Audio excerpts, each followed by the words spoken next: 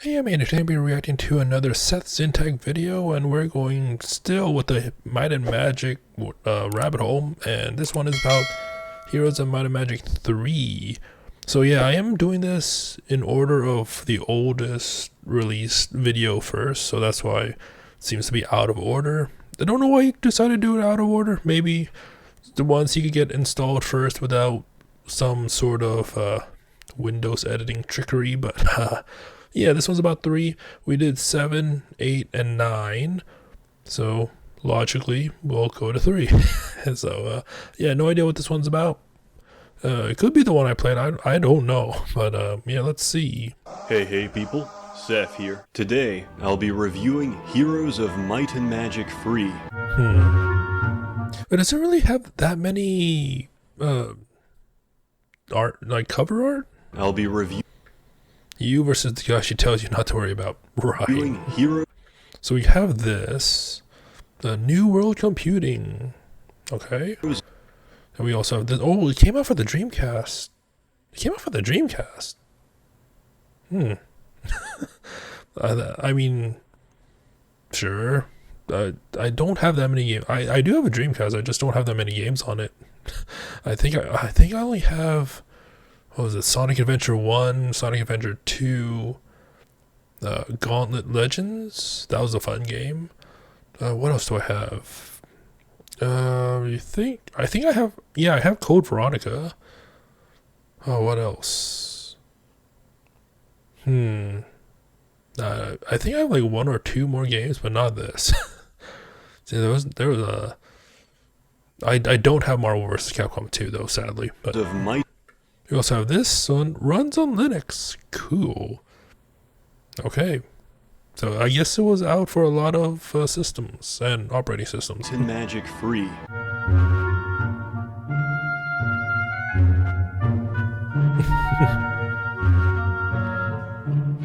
Do you have any special talent?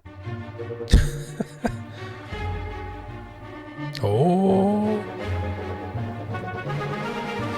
Oh, the music's so loud. The music's so loud. So I'm probably gonna lower this than I do, but yeah, it is very loud. As you can tell by the Reviewing closed captions. Heroes of Might and Magic Free is a difficult request. While you have good games with strong followings, you also have exceptional games with fanatical followings. Fans of Heroes Free applaud the game with a religious zeal. And Yeah, this is not the one I played because I don't remember any RTS gameplay. rightly so, for much like a well-oiled, silky-skinned, and voluptuous temple priestess, you can play her for months. Wait. Silky-skinned and voluptuous temple priestess, you can Right. play her for months, years, and still not master her. In every crease and fold of her soft assets, there's always can I more to learn and release this? explore. New strategies to test the limits of Who her is depth that and ki- design. In Who other is that words, person? it's a really fucking good game. More than a decade old, Oh, yes, I could Heroes just Free look still at that shines source. as a gorgeous, melodious, and tactically rich turn-based strategy game. Of course, when I refer to Heroes Free, I mean the complete edition. Almost every Slav and their grandmother own by now. Did I say RTS? I meant turn-based. Not the HD edition, which contains neither of the expansions and has every texture in the game sharpened and airbrushed by Wait, what? almost every Slav and their grandmother own by now. Not the HD So the HD edition, can you, I mean, actual, because I'm looking at the actual original sprites, and yeah, yeah, I mean, it came out 2015 though, so I guess HD edition back then is like, sure. edition, which contains neither of the expansions It's weird that it doesn't contain expansion though. That is weird. and has every texture in the game sharpened and airbrushed by underpaid interns, making every monster in the game look like some bootleg Mugen character. Although, to be fair, most of the mods out there for Heroes Free also look like bootleg Mugen characters. Right. The concept of the game is ridiculously simple. You can play as any one of 9 different...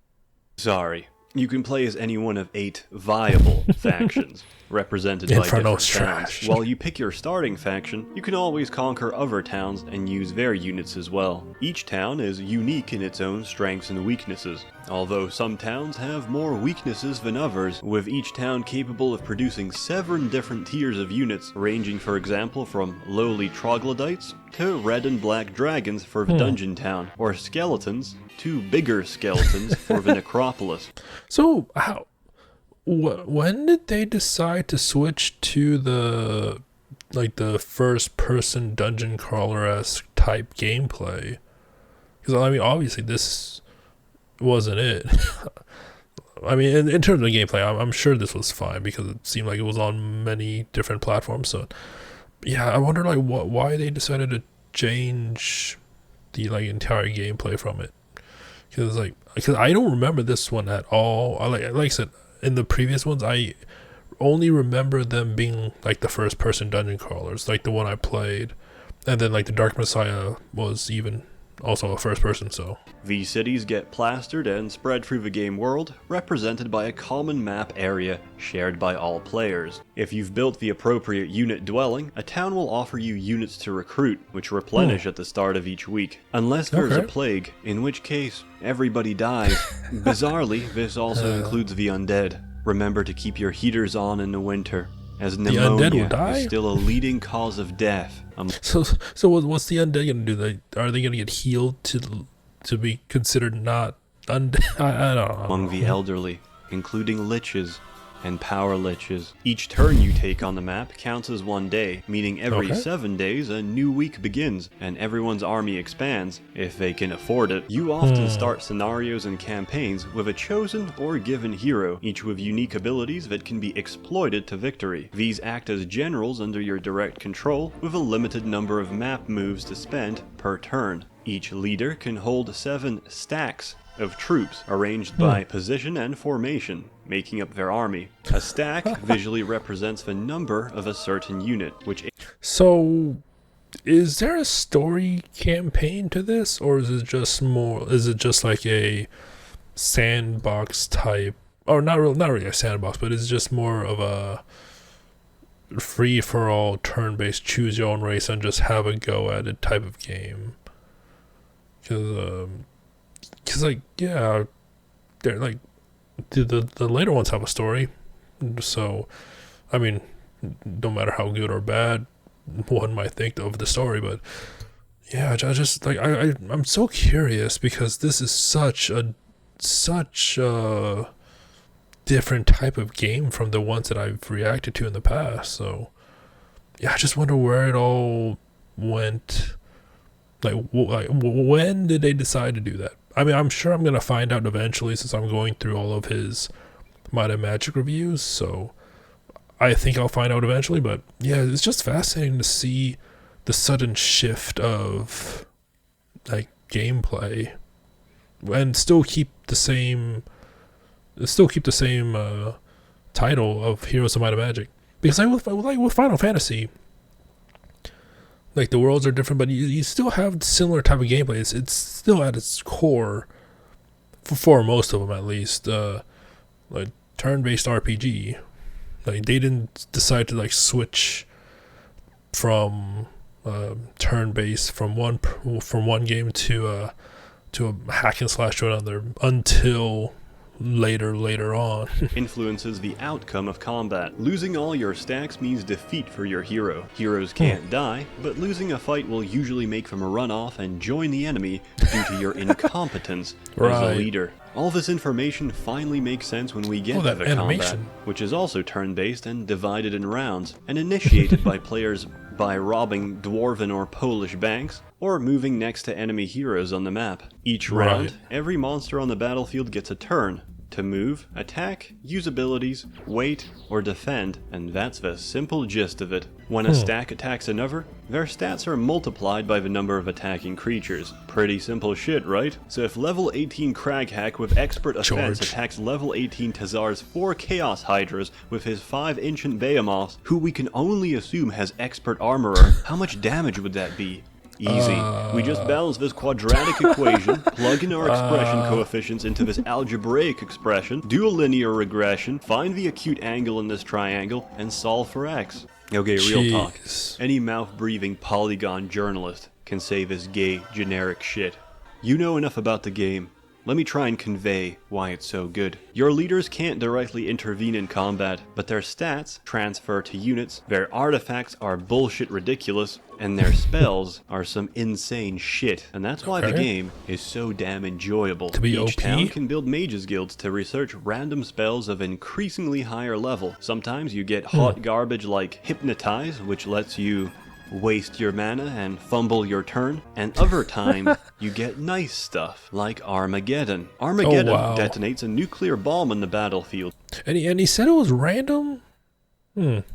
scorching everyone on it for massive damage. Except there's a few troops out there who are immune to fire damage or spells in general. A fun tactic, as in not fun for anyone else, is taking several spicy boys with your hero and running straight into enemy lines. The larger their army is, the better. Cast Armageddon, destroy most of his army, and retreat. Rebuy your hero at the tavern and do the exact same thing every turn. At most, you spend a few thousand gold on this strategy, while your enemy is incurring maybe 20, 30,000 gold worth of damages.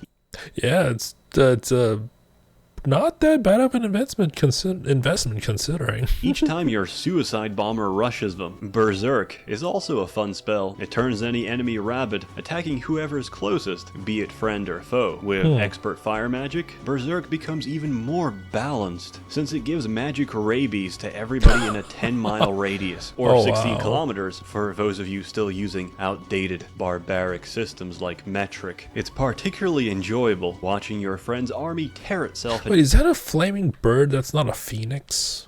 Or is that a phoenix and how it's interpreted in this game? That it took me so long to figure out like what kind of creature this was. Systems like metric. It's particularly enjoyable watching your friend's army tear itself in half without even lifting a finger. In many ways, Heroes 3 is the torture porn of turn-based strategy. Then there's the issue of the undead, which is one of my favorite towns, by the way. If you let Necropolis breathe, it will shit down your neck by late game. That's because every time they fight, necromancy revives most units back as skeletons, and if they can assemble a simple as seen on TV artifact, just pull the plug. Quit. Leave. Not sure if your opponent has assembled a Cloak of the Undead King? Don't worry, I have a foolproof method of finding out. Mouse over his stack of power liches in combat. Note down the number. If it's somewhere between several 100,000, or the text box is flickering and glitching out, he probably has it assembled. Let me explain. Normally, necromancy revives only skeletons, but with a Cloak of a Balanced King, you revive liches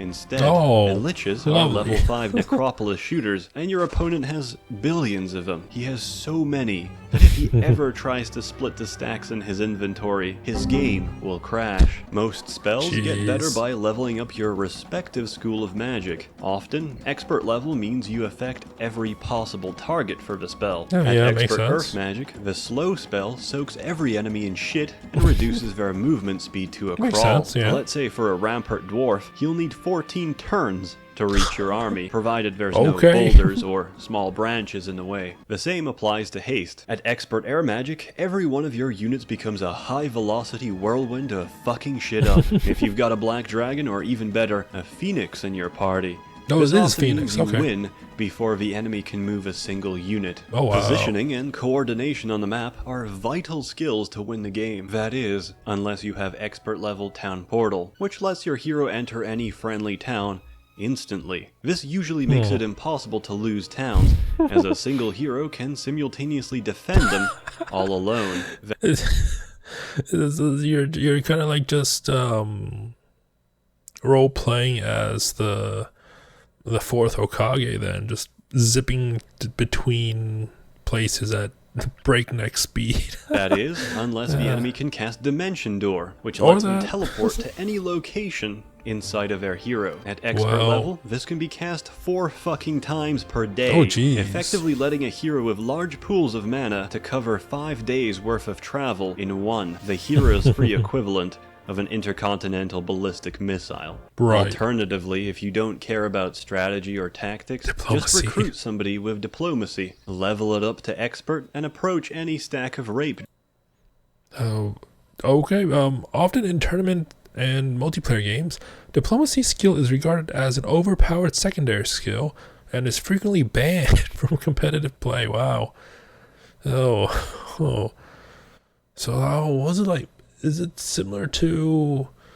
Oh, which civilization was it? It was like there was one civilization game where, if I'm remembering right, like it was a cultural victory, or I think it was a cultural victory. It was like the easiest victory to go to and just win the game super fast.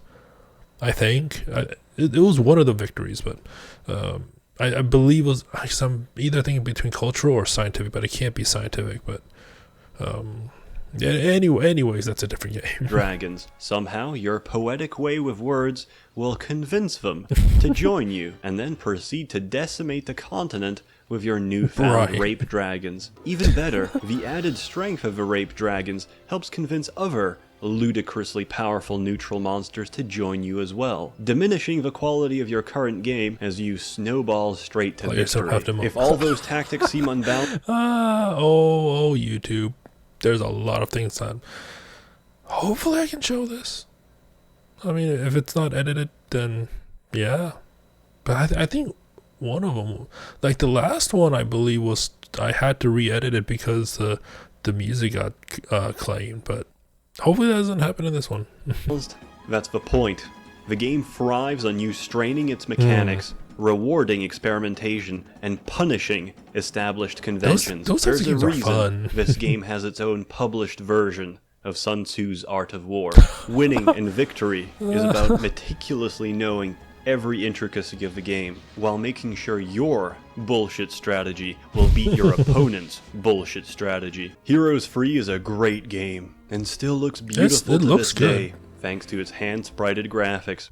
Yeah, I mentioned this like multiple times, but DOS game, or not even DOS games, like old games back in the day, it's very, very hit or miss in terms of does it stand the test of time. If it's 3D games, it's more often than not it won't stand a test of time. Good example would be like the Alone in the Dark games, but if it's like sprites like these, they tend to just be good because, I mean, they're sprites, so it's not like 3D where the 3D technology has increased over time, so you can tell how bad it used to be. But yeah, they're like this. Yeah, it's pretty good. It is pretty good. And there's only, I would say, like, if it's like, I don't know, what was it, poorly drawn sprites that, but then they're like poorly drawn in the first place. I don't. Heroes Free aged better than most of the girls I knew from high school. Then again, heroin is one hell of a drug. The musical score and sound work is also fantastic, and I've got it installed on every computer I ever owned. It's incredibly pleasant in its atmosphere, and a complete joy to play. The best game to cozy up to in a warm blanket with a hot mug of coffee in early spring. The question is, how long does a session for this game take? How long does it take? Because it could be comfy, but much like Factorio, it could like you could go in for like, oh, I just want to play for like, I don't know, like an hour, and then next thing you know, the sun's up. So very definition of comfy. That is, unless you're playing multiplayer. Then it's a dumpster fire of hot garbage. The game is trash, unbalanced dog shit. Who the fuck is playing Necropolis? Do you want to be kicked out of the house? Heroes Free. It's a classic. And this review, generously paid for by the Merchants Guild. As always, more content to come. So was that body pillow paid for by the Merchants Guild as well? Stay tuned. Oh, old school movies too. But yeah, that was Heroes of Might and Magic 3. Like I mentioned, I don't know which Might and Magic started the shift between, I guess, this type of gameplay versus the first person type of gameplay. But I guess I'll find out. But I think next up in the line of this series is his video on Dark Messiah of Might and Magic. So yeah, that one I feel like I'm more familiar with. And I think it's my first non-Valve Steam game I've ever installed on Steam. So yeah, we'll see. We'll see how it goes. But this was interesting. I was not expecting a different gameplay, but like different gameplay in general. So yeah, it didn't seem like there was a story. It just seems like it was a game, much like, or did Age of Empires have a story? I don't remember. Like, I played Age of Empires 2, but I don't remember if it had a story or not. But it seems like one of those games where you just pick a race or pick a faction and just go all out. It didn't seem like it had a story based off his review, but I could be wrong. But yeah, anyways, hope you enjoyed it. I'll talk next time. Thank you for watching and have a nice day.